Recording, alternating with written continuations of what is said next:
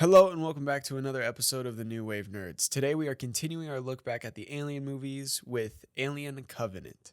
I'm Shade Sem from the New Wave Nerds. And I'm Brennan Sem. Make sure to like and subscribe down below for more nerd content and commentary. Comment what you guys thought of Alien Covenant. Now let's roll the intro.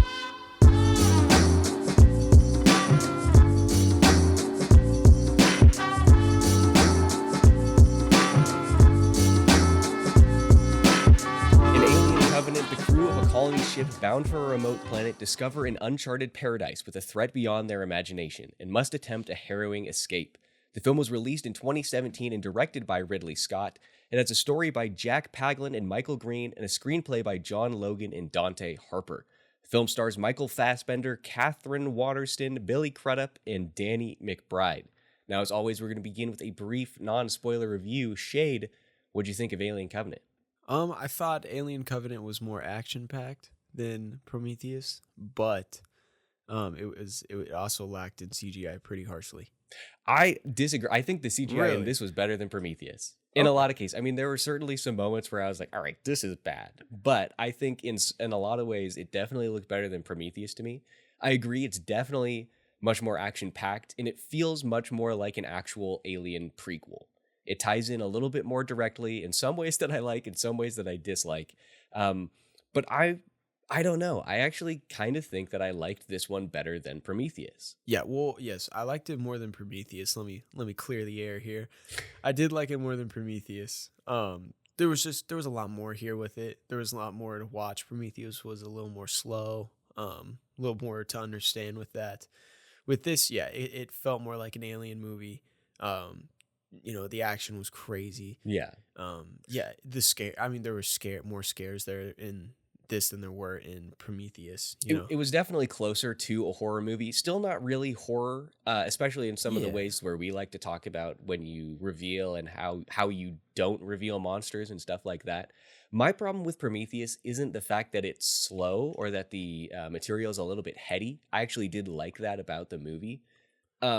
But one of the things that we said in that review, or at least I said, I can't remember if you agreed with me, but I was of the opinion that if you're going to make a prequel, then you should really lean into it. I think if Prometheus was just an original idea for a sci-fi movie, it would have been a little better. But the fact of the way that they try to tie it into Alien and really not until the final scene of the movie kind of bothered me. Whereas this, they leaned much more into that, and in some ways, like I said, a little bit more heavily, but I don't know. I think at this point, you want to head into the spoiler section? Yes. Okay. Now, the first thing that I want to talk about in the spoiler section, or I guess let me ask you this. What do you think of Michael Fassbender in this movie? Well, because we talked a lot in Prometheus about how he was the best part of the movie. We both sort of agreed that he was the best actor. I still feel like he had a great performance. I thought it was a good performance. It was just there were times where it was really awkward, like the flute scene.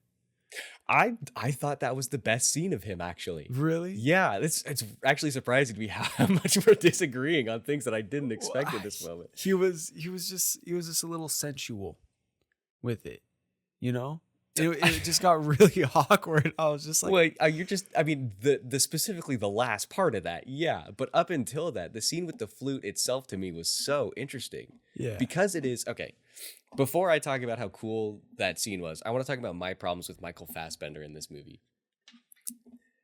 He gives a good performance like 50% of the time. And the 50% that isn't a good performance is when background context. If we're doing the spoilers, either you've seen the movie or you don't care, right? Michael Fassbender plays two different characters in this one. In Prometheus, he plays a synthezoid or a synthetic. Yeah. Vision's a synthezoid. He plays a synthetic named David. And in this, he plays two different synthetics. He plays David, the character from Prometheus, and Walter, a new synthetic. The part of his performance that's bad is when he's Walter, because he can't do the American accent. Yeah. It's really bad. There, especially, it was so jarring in the beginning because I assumed it was going to be Michael Fassbender, but I don't think we'd seen his face. I think he was in silhouette at this point, but he just goes, "Mother." I was like, dear Lord, this is bad. But I mean, when he was David, it's continuously great. Yeah. But on the flute scene, I really liked that specifically for what it meant for those two characters, because we have these two, they're the same person, if you will, but they're different synthetics. They're made for different purposes. David was made specifically by Peter Wayland, whereas Walter was not. He's like more of just a mass-produced synthetic, right? The differences in their personality is so interesting to me, and to be able to see them play off each other specifically in that flute scene is really, really interesting, because Walter is the character who is sort of like, he's the guy who's like, I'm a synthetic. I was programmed to do this, that, or the other thing. And David is like, no, we are synthetic, but think about why you do the things that you do. It's like he has a little bit more autonomy. It's like he's developing a personality. He's almost developing a form of sentience. It's like he's trying to bridge that divide between AI and person. And so to see them interact specifically in that flute scene is really interesting, because, you know, David's got the flute and he's like, oh, you know, do you play or whatever? And Walter is like, nah, I never learned. And David just goes nonsense. He teaches him to do the thing. He's like, make your embouchure, your mouth position like this, and I'll play for you. And then he does it. But then after a while, Walter just takes over. It was really interesting to see them interact, I thought. Yeah, it was a great interaction. I'm sorry. Like, it was. No, the end of it, I agree, was weird. It got to a point where I was just like, ooh, this is hard to watch currently. But, you know, I mean, yeah, I guess I didn't look that deep into it. Well, and it's really, I like to see the interaction between the two of them, of the conversation of love versus duty, right? Like, David is like, I did these things. I protected Elizabeth Shaw because I love her. And David asks Walter, why do you think you did what you did for Daniels, the main lead of this movie? And Walter goes, it was out of duty. And David's just like, what's the difference, bud? Yeah. I thought it made for some interesting conversation. Yeah, it did. I mean, he had Michael Fassbender. He's great. Half the time. I mean, the acting is good. It's just the accent that really bothered. Like, every time he was speaking as Walter, I was like, it is so obvious that this guy is not American. Yes. Michael, yeah, I mean, I don't know. The American accent was not there. Well, just with some practice, he'll get there. I mean, you know, it just takes time. Well, yeah, but my point is, like, I guess I sort of understand the idea of, like, having these two beings that look the exact same, with Walter being like, you know, I'm the upgraded model, buddy. But I think you can have the same conversation with a completely different synthezoid played by a completely different actor, and be like, hey, we're built on the same, like, base level, but I'm better. I'm newer. I think it gets the same point across. It's just because they wanted to use Michael Fassbender. Yeah. They're probably just paying him a lot, and they were like, you know what? They're just giving him a lot of money. That's okay. He deserves it. He does. He's a great actor, but yeah, I just, when you do the American accent, it was really irritating to me. Guy Pearce is back. And we actually get to see him as a young man. Yes. Instead of an old man in terrible prosthetics. Yes. I wonder what's up with his chair. Because his chair, it has like 3 strings tied to it on one side of it. And those three strings are tied to a pole with some like engravings in it. I wonder what that means. And I bring this up because I was hoping you would know what it means. I didn't pay attention to the chair. To be honest, I was paying attention to the piece of music that David was playing. That's again, it's funny to see the differences here, because normally we agree on like a lot of things. So to see the differences in what we paid attention to and what we liked and disliked is really interesting. But no, I was paying attention to the music. He was playing, what is it, Wagner's The Heroes or the Gods Enter Valhalla or something like that. I don't know, bro. A piece that's going to come back later in the movie. But anyways, no, I was not paying attention to that. And then when he wasn't playing, I was paying close attention to the interaction between the two of them, because after he stops playing, he's like, bring me this tea, boy, you know?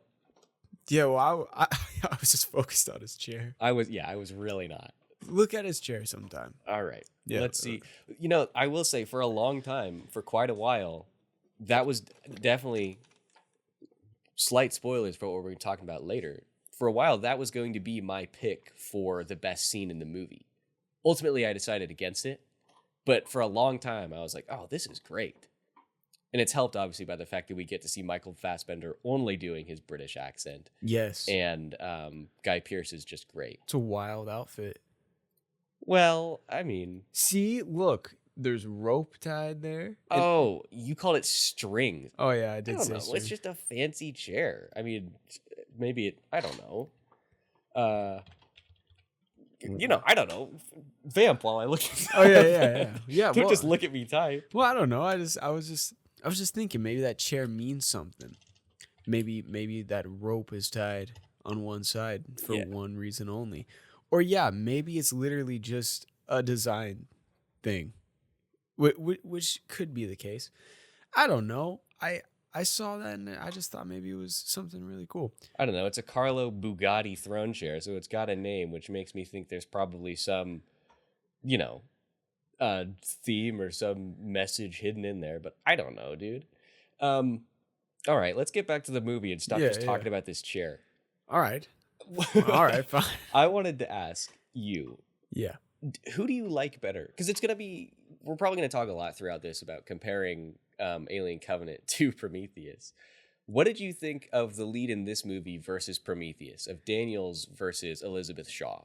I like Daniels a little bit better. Yeah. I liked Daniels more. Just for the fact that her acting was a little better in my opinion. Mm-hmm. Also, I did like her character a little more. And I liked her survivor aspect, or I guess her will to survive more than the other chick. I agree. I think Daniels was a much more interesting character to me, and I agree with you. I thought her acting was better than I think it was Naomi Rapace in the first movie. Yeah. Nothing against her. I'm sure she's got some great works in her filmography. Don't know if I've seen another movie by her, but I definitely personally preferred Daniels. I couldn't remember her name for a second. Yeah.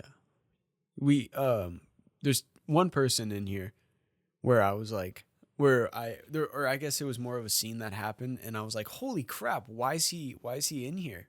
Why is he in here? And no, it's not Jesse Smollett. It's James Franco. Yeah, I was like, why? I was watching, and I paused the movie on that little video recording that Daniels plays. I was like, is that James Franco? I know. I don't know why they threw him in here. He was in there for what? Just the scene. Literally just that scene? Yeah, for 2 minutes. And you can't even tell it's James Franco in that cryo pit. No, in the cryo tube, definitely not. Yeah, no. Update on the chair. I think it's just because it's I think it's just because it is a piece of work that is highly regarded for its creativity and stuff like that. Oh, okay, cool. I don't know. I just read one article, so take that with a grain of salt. But yeah, James Franco was weird. My guess is that he probably either has a relationship to a member of the cast or to Ridley Scott or something, and he just did it as a favor. Yeah. Or it was a contractual obligation for something else that he was doing before this. Or James Franco was just weird. He was like, you know what? I want to be in this. He's weird. He's a weird guy. Yeah, we're not going to talk about it right now. All right, let's talk about that's a little bit of a heavy topic of conversation. Okay. Let's talk about Jesse Smollett. I thought, okay, yeah, that's another awful choice. I thought you were going to say, let's talk about Danny McBride. Let's talk about somebody who is a good person, as far as I know. Let's talk about Billy Crudup. Yeah, Billy Crudup. Great in this. He's great. We talked about him a lot in our Watchmen episode, too. He'd be a really good Norman Osborn. I could see that. I don't know. He just has such a menacing face. I don't know. To me, Billy Crudup looks like a nice guy. He's got the nose of a angry man. Billy Crudup, great actor.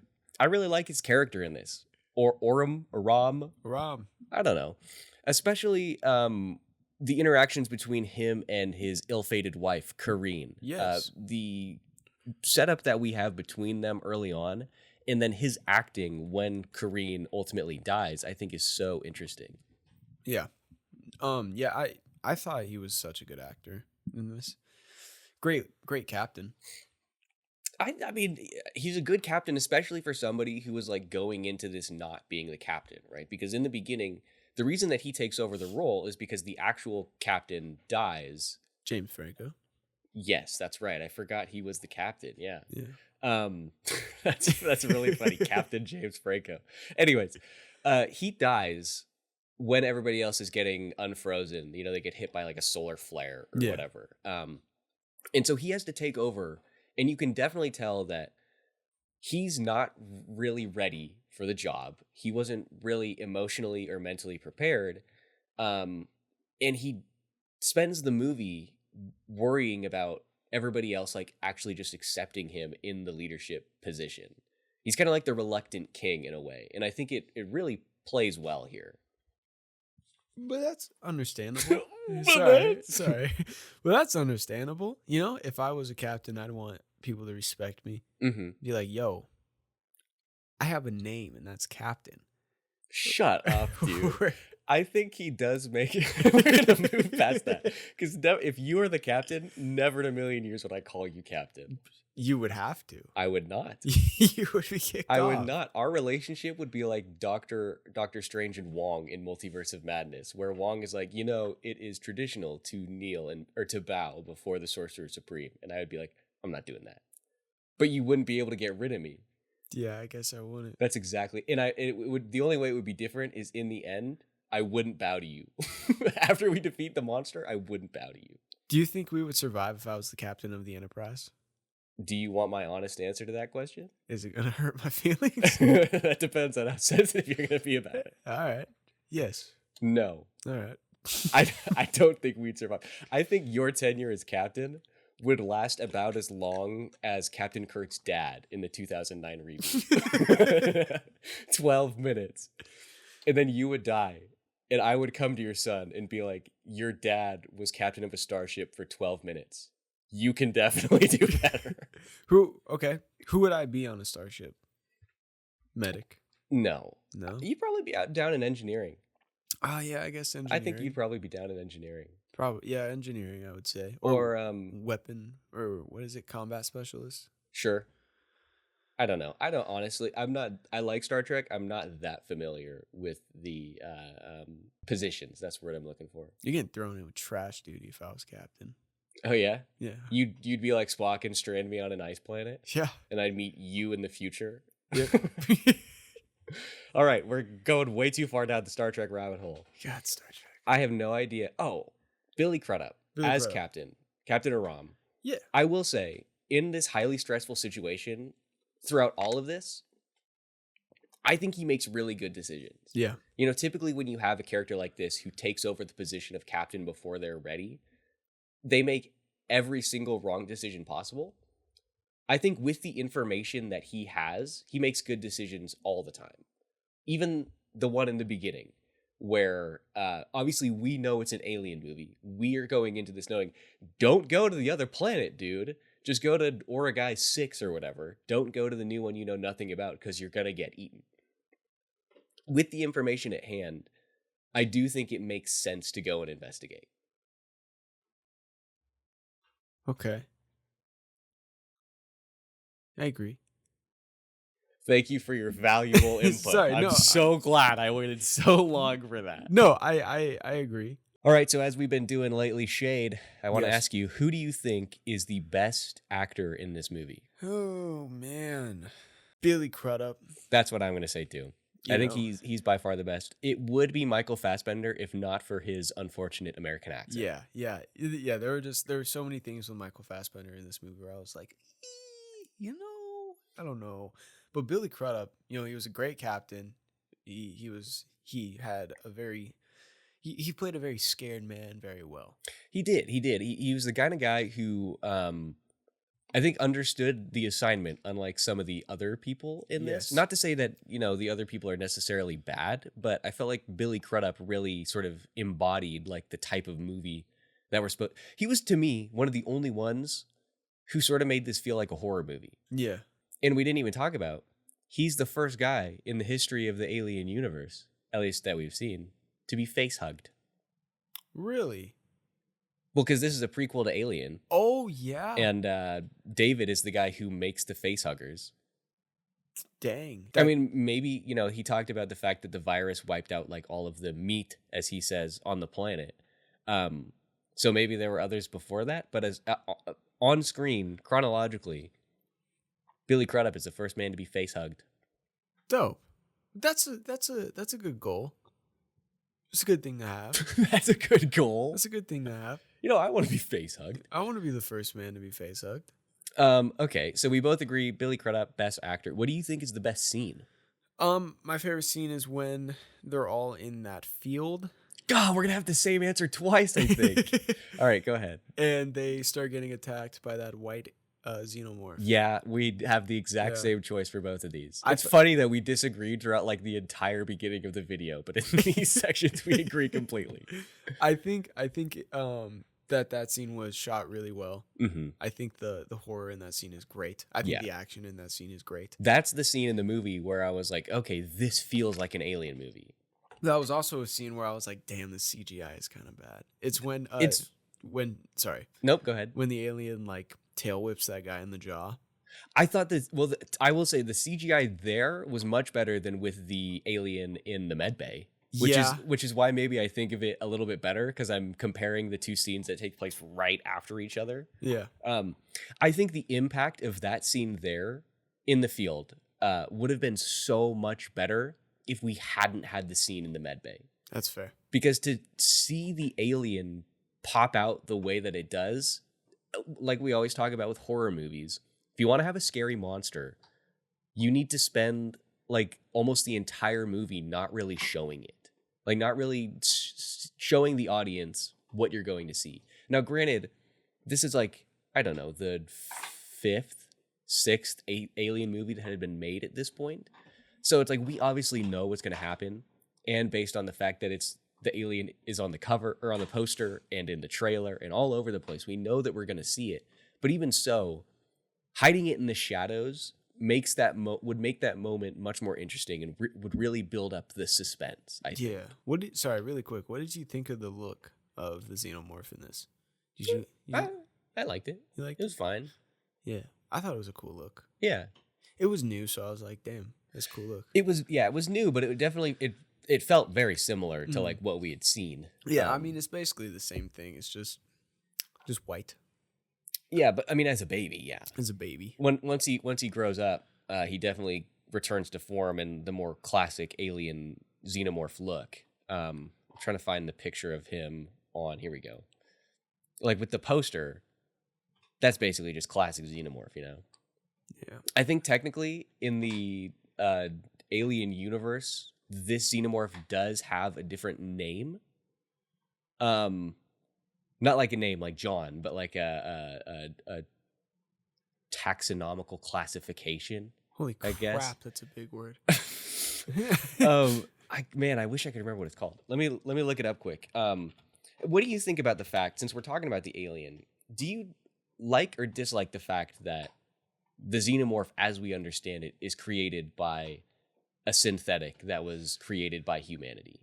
Yeah, I can see. I mean, it runs with the theme of the first movie, where synthetics at the end of the day still are the villains.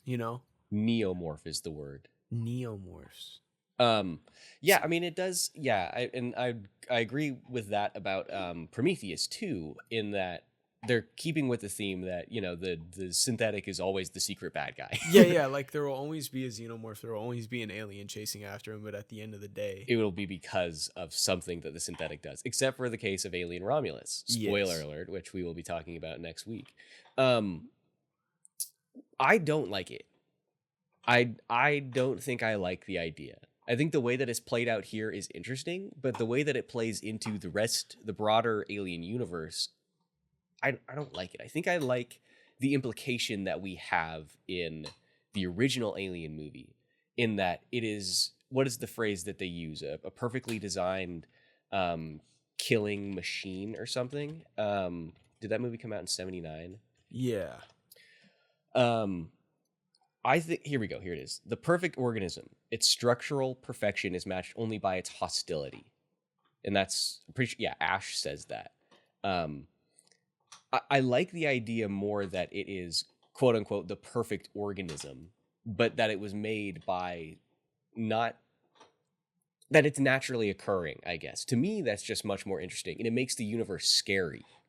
The fact that something could like this could just happen out in the world rather than being made by indirectly man, you know? Yeah, that's fair. And well, it I don't know. I guess I'm gonna have to look into the chronology. Yeah, chronology of the Alien universe. But I mean, like in Alien versus Predator, don't they talk about how the alien race has been around for so long? I have no idea, to be honest with you. Okay, The last time yeah. I saw AVP, I was like 12 years old, and that was definitely before I was really paying attention to movies. Um, I don't even know what I would Google for that. AVP Alien Origin. Well, that doesn't help. Yeah, that doesn't. It's good. Listen, so I guess I don't know. There's a part of me that does like it and a part of me that dislikes it. Definitely. Yeah. Fun fact about Alien 1, they used like buckets of KY jelly for the alien drool. Okay, I don't we're not talking about Alien 1 right now. I know, I just thought I'd throw that in there. Because you know what? What? In this movie, computers. Yeah. Doesn't matter. Doesn't matter at all to the alien in this movie. I'll tell you that right now. Oh, all right. But no, I think all right. We're gonna go ahead and close this out. Shayde, any final thoughts? It was all right. Not that great, but still fun to watch. Yeah, I mean, I agree. Fun to watch. More enjoyable than Prometheus. Prometheus is arguably a better made movie, Yeah. but as it pertains to the Alien franchise, Alien Covenant is certainly, I think, a better movie than Prometheus. Mhm. If for no other reason than the fact that it actually ties into the universe in a more direct way. Very cool cover. Very cool poster. Yeah, this poster that they got here with, I don't know, what is that? Just a bunch of aliens squirming around. Kind of looks like a door. It does. That'd be a cool door. Be a cool door. Could you imagine if that was just the front door to your house? And the handle is just like... Your daughter's bringing home a boyfriend and you're walking up to the front door and it's just a pile of xenomorphs. She has to explain that. Come in. And then you enter the door and you just stand there like David. Hello, welcome. And then you switch to a bad American accent halfway through. Have you met my daughter's mother? You're just fucking... All right, I think we're going to go ahead and end the review for Alien Covenant there, but the discussion does not end. We're going to go have a conversation over on our Patreon. That's patreon.com/newwavenerds. Where we're going to be discussing the best movie prequels. So if you want to hear us talk about some of the best prequels, go ahead and head on over there. But that is available only to our patrons. Go comment down below what you thought about Alien Covenant. Did you like it? Would you watch it again? Where does it rank in your Alien movie rewatch? That would be an interesting conversation. That'd be fun to do. Yeah. Rank in the Alien movies. We could do a tier list. I don't know if we should do a tier list. I think doing the ranking for the aliens is much more fun. Yeah, we got to do a tier list at some point though. Sure. Or we got to do like a March Madness type thing that we did with the MCU. We didn't do March Madness with the MCU. Yeah, we did. We were like, all right. So. Yeah. No, I do remember that now. That was a long time ago. Wow. Yeah. Yeah. So if you guys want to see us do a March Madness thing, comment below and give this 1 million likes, and we'll do it. So we're never doing the video. Good to know. All right, I can take that off my mind and not worry about it. Exactly. I think if we were to do like a rank list or whatever, we have to take the first Alien off the board. Because it's automatically number 1. Yeah. It's automatically the first one. So the conversation is like, what's number 2? Probably Aliens 2, or just Aliens. Really? Aliens was... It's good. It's not the best. Well, yeah, it's the second best. Not the second best. What do you think is the second best? Romulus. That's yeah. I think I probably put Alien... I probably put Romulus at 3. Yeah. I like Romulus better, but it has... the benefit of being after 1 million other Alien movies. That's true. Whereas I respect Aliens, and I don't like all of them, but I respect like the original group of sequels where they're like, hey, we're going to do this franchise, but each movie is just going to be a different genre. Like Aliens 2 is an action movie. Yeah, that is true. Sigourney Weaver's great in it. Yeah, she is. All right. We're going to go. That went on for a lot longer than I expected it to. We're going to end it there, and we will see you guys next week. Or if you're cool, we'll see you on the Patreon to talk about prequels. If you're cool.